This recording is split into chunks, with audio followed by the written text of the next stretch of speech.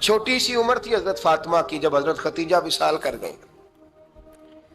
تو کسی نے کہا فاطمہ سب سے پہلے گھر سے کب نکلنا ہوا؟ تو بخاری مسلم میں حدیث ہے، اللہ کے نبی نا بیت اللہ شریف کے سامنے سجدے میں تھے تو ابو جہل کو شرارت سوجی. شرارت، اس نے کچھ لوگوں سے کہا، عقبہ بن نبی معیط تھا، کچھ اور لوگ تھے، کہنے لگا میں ابھی رستے سے گزرا ہوں تو وہاں کسی نے اونٹ ذبح کیا ہے. تو اونٹ کی اوجڑی، آپ نے اوجڑی دیکھی ہے نا، جانور کی اوجڑی بڑی وزنی ہوتی ہے، اس میں گندگی ہوتی. اونٹ کی اوجڑی بڑی وزنی ہوتی تھی. کہنے لگا وہاں اونٹ کی اوجڑی پڑی ہے، وہ دیکھو نبی پاک معاذ اللہ سجدے میں ہے، تو معاذ اللہ ثم معاذ اللہ وہ اونٹ کی اوجڑی اٹھاؤ حضور کی گردن پہ رکھ دو. تھوڑا سا مشکل سے جمعہ پڑھنا پڑ جائے نا، اور تھوڑا سا مشکل سے پڑھانا پڑ جائے تو ہم دین کے بہت بڑے خدمت گزار بن جاتے ہیں. یہ دیکھو سجدے کتنی مشکل سے ہو رہے ہیں، یہ دیکھو سجدے کتنی مشکل سے ہو رہے ہیں، کتنی مشکل سے حضور کے سر انور پر اوجڑی رکھ دی. یہ وہ وقت ہے کہ نہ تو چچا ابو طالب ہیں جو پہنچ جاتے، نہ جناب ختیجہ ہیں جو بندوبست کرتی. تو کسی نے نا جناب ختیجہ کے دروازے کے سامنے منہ کر کے کہا کہ محبوب کے گھر والوں حضور کے سر اقدس پر اوجڑی رکھ دی ہے کسی، اور حضور سر اقدس اٹھاتے ہیں تو تکلیف محسوس کرتے ہیں. جناب فاطمہ کہتی پہلا دیہڑا تھا جب میں چہرے پہ کپڑا ڈال کے نا تو اپنے بابا کے لیے نکلی. فرماتی پہلا دن تھا، میں حرم کعبہ میں پہنچی، حضور کو سجدے میں دیکھا تو چھوٹے چھوٹے ہاتھوں سے میں نے اوجڑی نیچے گرائی. حضور بولے کچھ نہیں، نہ میں نے کوئی بات کی. میں نے حضور کی انگلی کو تھاما اور میں کنویں پہ لے آئی. حضور بھی نہیں بولے. جناب سیدہ فرماتی میں بھی نہیں بولی. حضور بیٹھ گئے اور میں کنویں سے پانی نکالنے لگی. میں حضور کی زلفیں دھوتی جاتی اور حضور روتے جاتے، زلفیں دھوتی جاتی اور حضور روتے جاتے. پھر حضرت فاطمہ نے جب حضور کی زلفیں دھو لی تو ہاتھ اٹھائے، کہا اے اللہ کہ جنہوں نے میرے بابا کو تکلیف دی ہے نا ان کو برباد کر دے.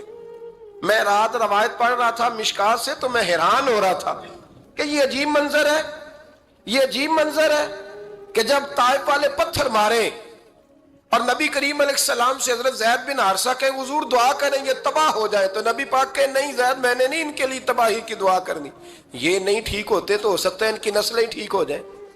اور جب احد میں وہ لوگ پتھر مار کے دانت شہید کر دیں، حضرت ابوبکر صدیق جیسی ٹھنڈی طبیعت کا آدمی عرض کرے حضور دعا کریں یہ تباہ ہو جائے، تو حضور نے فرمایا اللہم اہد قومی فإنہم لا یعلمون، یا اللہ میری قوم کو ہدایت دے، یہ جانتے نہیں یہ کیا کر رہے ہیں. حضور نے کبھی بھی کسی کے لیے دعائے ضرر نہ فرمائی. لیکن آج یہ عجیب منظر ہے، شاید یہ واحد وہ وقت ہے کہ جناب فاطمہ الزہرا نے جب کہا نا کہ اے اللہ انہیں برباد کر دے جنہوں نے آج میرے والد کو تکلیف دی ہے، حضرت فاطمہ کی دعا سن کے تو حضور نے بھی ہاتھ اٹھائے، کہا اے اللہ جیسے میری بیٹی کہتی ہے نا ویسے ہی کر دے، اللہ کر دے انہیں برباد. فاطمہ جیسے کہتی ہے ویسے، اللہ کرے آپ کو سمجھ آئے میری بات کی کہ وہاں جہاں شدید تکلیف دی گئی وہاں حضور نے کسی کے لیے ایسی دعا، اور یہاں فرمایا اللہ جیسے فاطمہ کہتی ہے ویسے. اللہ اکبر. حضرت عبداللہ ابن مسعود کہتے ہیں کہ وہ دعا بھی میں نے سنی اور پھر میں نے ان سب لوگوں کو جن کے لیے جناب سیدہ نے دعا کی تھی ان سب کو پھر میں نے بدر میں کٹتے ہوئے بھی دیکھا، میں نے ان کی لاشوں پر گھوڑے چلتے ہوئے بھی دیکھے، پھر میں نے دیکھا کہ صحابہ انہیں گھسیٹ کر کنووں میں ڈال رہے تھے، میں غور سے دیکھ رہا تھا اور ان کے چہرے پہچان رہا تھا. تو مجھ سے کسی نے کہا عبداللہ تم کیا غور کر رہے ہو؟ تو میں نے کہا میں غور کر رہا ہوں یہ وہی ہیں سارے جن کے لیے سیدہ فاطمہ نے دعا کی تھی کہ یہ برباد ہو جائے، یہ وہی ہے میرے رسول کریم علیہ السلام کی ہر تکلیف کو جناب فاطمہ نے اپنی تکلیف سمجھا، ہر تکلیف کو. حضرت فاطمہ الزہرا کا کمال یہ ہے کہ انہوں نے میرے محبوب کا دکھوں میں ساتھ دیا، حضور کی تکلیف پر وہ تکلیف میں آتی، پریشان ہوتی. یہاں سے بات چلی 4-5 سال عمر مبارک تھی. حضرت فاطمہ کی کل عمر 29 سال ہوئی ہے. حضور کی عادت مبارکہ تھی جب سفر پہ تشریف لے جاتے تھے تو سب سے آخر میں سیدہ فاطمہ کے گھر جاتے، واپس آتے تو سب سے پہلے سیدہ فاطمہ کے گھر جاتے. مولا علی کہتے ہیں ایک دن میں نے عجیب نظارہ دیکھا، نبی کریم علیہ السلام سفر سے واپس آنے والے تھے. میں نے حضرت فاطمہ کو اطلاع دی کہ حضور آج پہنچ جائیں گے, تو انہوں نے گھر سارا صاف کیا, سجایا, سنوارا, کھانا پکایا. لیکن فرماتی ہیں جیسے ہی حضور اندر داخل ہوئے نا گھر کے, جناب فاطمہ نے حضور کا چہرہ دیکھا تو ہاتھ پکڑ کے چومنے لگی.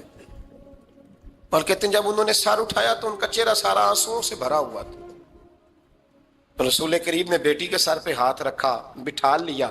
فرمایا فاطمہ بیٹے رونے والی تو بات کوئی نہیں تھی, کیوں رو پڑی ہو؟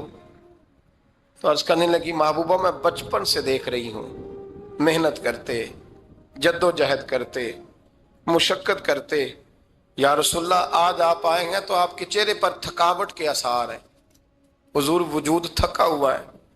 یا رسول اللہ میں نے ساری زندگی آپ کو کام کرتے دیکھا ہے, مدینے والے حبیب مجھے بتا تو صحیح کام کب تک کرنا ہے؟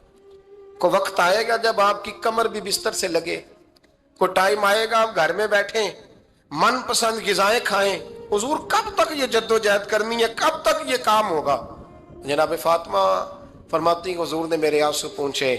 مولا کائنات شیر خدا فرماتے ہیں نبی کریم علیہ السلام فرمانے لگے فاطمہ تیرے باپ کی ڈیوٹیاں بڑی زیادہ ہیں, جب تک دنیا کے آخری کونے تک دین نہیں پہنچ جاتا اور جب تک اینٹیں اور پتھر بھی میرے دین کا پیغام سن نہیں لیتے اتنی دیر تک تیرا باپ جد و جہد کرتا ہی رہے گا. تو جناب فاطمہ نے وہ سارے رنگ دیکھے رسول کریم علیہ السلام کی حیات مبارکہ کے.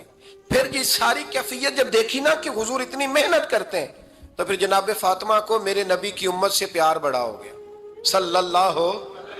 سمجھیے گا اس بات کو, امت مسلمہ سے حضرت فاطمہ کو بڑا. امام حسن کہتے ہیں میری اماں سارے کام کرتی تھی گھر کے, میرے رسول کی شہزادی کو چھالے پڑ جاتے. کچا مکان جناب فاطمہ جناب فضا کی لونڈی تھی, ان سے مٹی منگاتی اور گھر میں لیپا پوتی کرتی, پھر جھاڑو دیتی. امام حسن اور حسین کے درمیان پورے سال کا فرق نہیں, 11 مہینے کا فرق. دونوں بچوں کو سنبھالتی. جناب علی کی والدہ حضرت فاطمہ بنت اسد بوڑھی تھی, جناب فاطمہ وہ کھول کے نوکری کرتی کہ حضرت فاطمہ بول پڑتی, حضرت فاطمہ بنت اسد بول پڑتی. کہتی بیٹے فاطمہ میرا اتنا نہ خیال رکھا کر, تیرے اپنے بھی بچے ہیں. جناب فاطمہ فرماتی آپ صرف علی کی ماں تو نہیں نا, آپ میری بھی تو ماں ہے نا. یہاں بیبیاں فلسفہ بیان کرتی ہیں, وہ کہتی ہیں جی کس حدیث میں آیا ہے ساس سسر کی خدمت فرض ہے؟ میں نے کہا کسی میں بھی نہیں آیا. ہم کیا کہہ رہے ہیں, کسی میں بھی نہیں آیا, لیکن یہ تو آیا ہے نا کہ شوہر راضی ہو تو اللہ راضی رہتا ہے.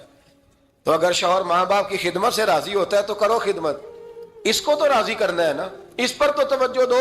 حضرت فاطمہ پھر چکی پیستی. چکی چکی یہ آسان جملہ نہیں, کہہ جاتے ہیں ہم, سن لیتے ہیں آپ. چکی پیس کر, جو پیس کر اس کا آٹا بنانا, پھر بچوں کے لیے کھانا پکانا. پھر ایک دن کہنے لگے علی آپ کی آمدن تھوڑی ہے, خرچے زیادہ, چرخا نہیں لا دیتے.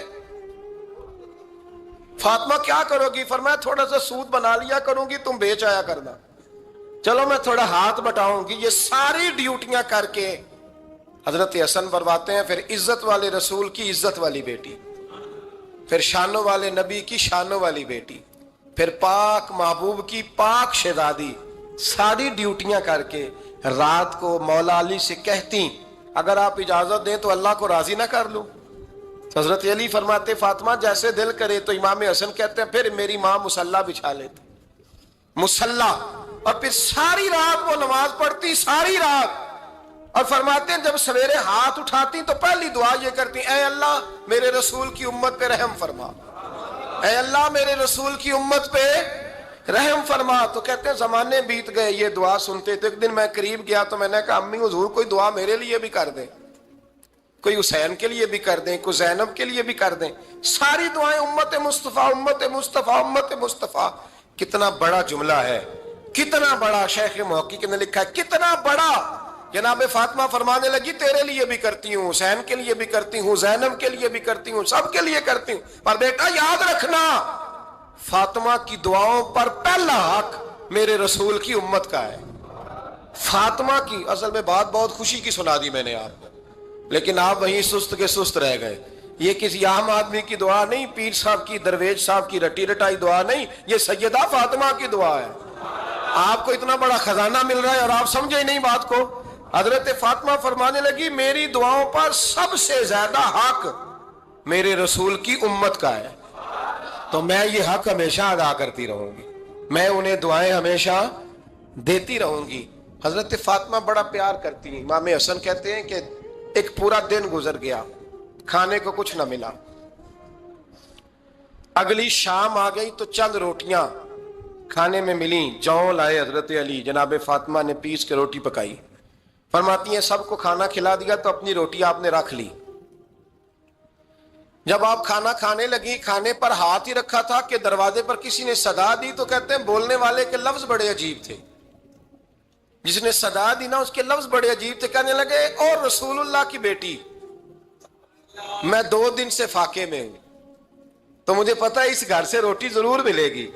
جناب فاطمہ نے نہ کھانا اٹھایا، یار امام حسن کو کہنے لگی بیٹے دے آ۔ جناب حسن کہتے ہیں مجھے بڑی تکلیف ہوئی، ہم سب کھانا کھا چکے تھے، مولا علی بھی کھا چکے تھے، صرف میری اماں نے نہیں کھایا تھا۔ ماں اور بیٹے کا پیار، اور پھر حسن حسین اور سیدہ کا پیار۔ فرماتے میں نے کہا اماں جی آدھی دے دیتے ہیں، آدھی آپ کھا لیں، پورا دن گزر گیا آپ فاقے سے ہیں۔ تو کہتے ہیں حضرت فاطمہ نے میرے سر پہ ہاتھ رکھا، پھر میرا ماتھا چوما، کہنے لگی بیٹا تو نے اس کی آواز نہیں نہ سنی جس نے صدا لگائی، اس نے نہ تو علی سے بات کی نہ تیرے ساتھ بات کی، اس نے تو کہا رسول اللہ کی بیٹی، تم نے صدا نہیں نہ سنی، اس کے لفظ کیا ہے، اس نے تو میرے ساتھ بات کی۔ اور پھر فرمایا بیٹے میں 1 دن سے فاقے میں ہوں، وہ 2 دن سے فاقے میں، میرا 1 دن گزارا اور ہو جائے امت کے ساتھ۔ ایک دن نا ایک نبی پاک کی بارگاہ میں شخص آیا، اس نے کلمہ پڑھا، قبیلہ بنو سلیم سے اس کا تعلق تھا۔ نبی کریم علیہ السلام نے اس سے اس کی مالی حالت پوچھی، تو عرض کرنے لگا یا رسول اللہ صلی اللہ علیہ وسلم میرے قبیلے میں 3000 لوگ ہیں اور سب سے غریب میں ہی ہوں۔ نبی کریم صلی اللہ تعالی علیہ وسلم نے فرمایا اس کی مدد کرو بھائی۔ حضرت سعد بن عبادہ اٹھے تو انہوں نے نا اس کو کہا کہ میری اونٹنی باہر کھڑی ہے تو یہاں سے اٹھ کے چل، میں اونٹنی تجھے دیتا ہوں۔ مولا علی شیر خدا اسی وقت اٹھے اور آپ نے اپنے سر سے امامہ شریف اتارا، فرمایا میں نے کل ہی خریدا ہے، یہ میں تمہیں تحفے میں دیتا ہوں۔ حضور نے نا حضرت سلمان فارسی کی ڈیوٹی لگائی، فرمایا اسے سواری بھی مل گئی، کپڑے بھی مل گئے، اس کے کھانے کا بندوبست کر، پتہ کر کس گھر میں کھانا ہے تو لا۔ حضرت سلمان فارسی کہتے ہیں میں گلی میں نکلا تو پہلی نظر میری سیدہ فاطمہ کے دروازے پہ پڑی، میں نے دستک دی، سیدہ فاطمہ اندر سے بولی کون ہے؟ میں نے کہا میں غلام سلمان فارسی۔ جناب فاطمہ تزارہ سے میں نے عرض کی ایک بندہ آیا ہے، کلمہ پڑھا ہے، اور وہ کہتا ہے 3000 آدمی میرے قبیلے میں ہے اور سب سے غریب میں ہوں۔ تو اماں جی اس کو مولا علی نے امامہ دے دیا ہے اور حضرت سعد بن عبادہ رضی اللہ تعالیٰ عنہ نے اونٹنی دے دی ہے۔ اب وہ حضرت فاطمہ فرما سکتی تھی کہ جب شیر خدا نے دے دیا ہے تو ہمارا تو حصہ پڑ گیا، تو فرمانے لگی بھئی میرے ساتھ کیا مطالبہ ہے بتاؤ جلدی کرو۔ کہا کھانا نہیں کھایا اس نے، تو آپ فرمانے لگی کھانا دیتے ہیں۔ حضرت سلمان فارسی کہنے لگے اماں جی کھانے میں کیا ہے؟ تو کہنے لگی کچھ بھی نہیں، 3 دن ہو گئے حسن حسین نے روٹی نہیں کھائی، پر بڑا کچھ ہے میں دیتی ہوں۔ کہتے میں سوچ میں پڑ گیا کہ انہوں نے 3 دن سے نہیں کھایا، پھر بھی بڑا کچھ ہے، پھر بھی ہم نے نا جو کھایا ہے اور باقی کا سالن فریج میں رکھا ہے، پرسوں والا بھی فریز ہوا پڑا ہے، شام کی سبزی آ گئی، کسی نے پوچھا حال کیا؟ کہتا سب سے غریب میں ہی ہوں، بڑا ماڑا بندہ ہوں، رو پڑیں گے پریشان۔ کہا بچوں نے 3 دن سے روٹی نہیں کھائی، پر سلمان بڑا دیا ہے میرے اللہ نے، بڑا کچھ ہے۔ تو کہا اماں جی پھر کرنا کیا ہے؟ فرمایا تو ٹھہر نا میں بتاتی ہوں۔ کمبل پڑا تھا، بسترا سمجھ لیں، موٹا اوڑھنے کا، کھدر کا، حضرت فاطمہ جلدی سے لائیں، فرمانے لگے یہ پکڑو اور دیر نہ کرنا، یہ ہماری گلی کے کونے پہ نا 2-4 گھر چھوڑ کے تو ایک یہودی ہے، اس کا نام شمعون ہے، وہ اس طرح کی چیزیں گروی رکھ کے یا خرید کے نا تو پیسے بھی دے دیتا ہے، جوں بھی دے دیتا ہے، گندم بھی دے دیتا ہے، سرکہ اور کھجوریں بھی، اسے دے آ، اور وہ جو سامان دینا وہ میرے پاس لا، اور لا کے مجھے دے تاکہ میں جلدی سے اس آدمی کے لیے بندوبست کروں۔ پتہ نہیں بیچارہ کتنے دنوں کا بھوکا ہے، پتہ نہیں بیچارہ کتنے، اپنے بچوں نے 3 دن سے روٹی نہیں کھائی، لا نہ ذرا۔ حضرت سلمان فارسی کہتے ہیں میں نے تھوڑا توقف کیا کہ میں آپ کا بستر لے جاؤں، یہ کمبل لے جاؤں، تو فرمانے لگی حکم ہے میرا، وہ جانا پڑے گا۔ جناب سلمان فارسی کہتے ہیں میں شمعون یہودی کے پاس گیا، میں نے کہا یہ کمبل لو، چاہے تو نگد پیسے دے دو، سامان خرید لیتے ہیں، اور چاہے تو اناج، جوں، سرکہ، کھجوریں جو تمہارے پاس ہے دے دو۔ وہ کہنے لگا یہ کس کا ہے؟ بڑا شاندار ہے، بڑا خوشبو والا ہے۔ تو کہا یہ مولا علی کے گھر سے آیا ہے، پاک بی بی نے دیا ہے۔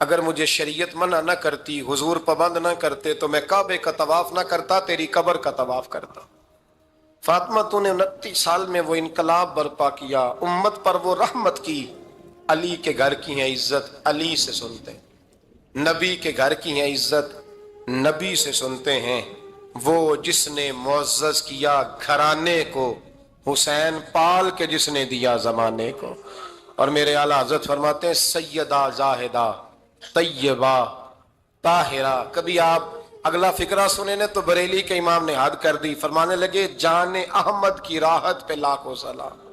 جان احمد کہتے ہیں نبی پاک کی جو جان ہے وہ سیدہ فاطمہ ہے، اور صرف جان نہیں، یہ وہ والی حضور کی جان ہے جس سے نبی پاک سکون حاصل کرتے ہیں، راحت حاصل کرتے ہیں۔ جان احمد کی راحت پہ، اور اس کا ایک ترجمہ یہ ہے کہ نبی پاک کی جان کو سکون حضرت فاطمہ کی وجہ سے ملتا۔ جان احمد کی راحت پہ لاکھوں سلام۔ اور حضرت حسنین کریمین کا ذکر کرتے ہوئے فرماتے ہیں آب تطہیر سے جس میں پودے جمے۔ حضرت فاطمہ کے بارے میں کچھ روایتوں میں یہ آتا ہے کہ عورتوں کی طرح انہیں حیض نفاس نہیں آتا تھا، اللہ نے پاک پیدا فرمایا، اور مولا علی تو پہلے ہی پاک ہے۔ تو فرماتے ہیں یہ جو بچے ہوئے نا، یہ آب تطہیر سے جس میں پودے جمے۔ یہ بریلی کے امام کی محبت ہے سیدہ فاطمہ سے اور حسنین کریمین سے۔ کیا انداز ہے، کہنے لگے آب تطہیر سے جس میں پودے جمے، اس ریاض نجابت پہ لاکھوں سلام۔ اس ریاض، پتہ نہیں کہاں بیٹھ کے لوگ اہل بیت کی شان بیان کرتے ہیں، اہل بیت کی شان سننی ہے تو بریلی کے امام سے سنو۔ اس ریاض نجابت پہ کہتے ہیں حضرت فاطمہ صرف پاک نہیں، پاکیزگی کا پورا باغ ہے، پورا، یعنی ان کی چھاؤں بھی پاک ہے، ان کا سایہ بھی، ان کا پھل بھی، ان کی ٹہنیاں بھی، بولے تو صحیح یار، ان کی ٹہنیاں بھی، ان کی زمین بھی۔ اس ریاض نجابت پہ لاکھوں سلام، اس ریاض نجابت پہ لاکھوں سلام۔ سیدہ زاہدہ طیبہ طاہرہ، جان احمد کی راحت پہ۔ اے اللہ، رمضان کا جمعہ ہے، بڑے سارے لوگ موجود ہیں، ہم تیری بارگاہ میں التجا کرتے ہیں، اے عرش و فرش کے مالک، پاک رسول کی پاک بیٹی کا صدقہ امت کی ہر بیٹی پہ رحم فرما۔ آخر دعوانا الہام جانا ہے تیرا، قرآن امامہ ہے تیرا، منبر تیرا عرش بری، یا رحمت للعالمین۔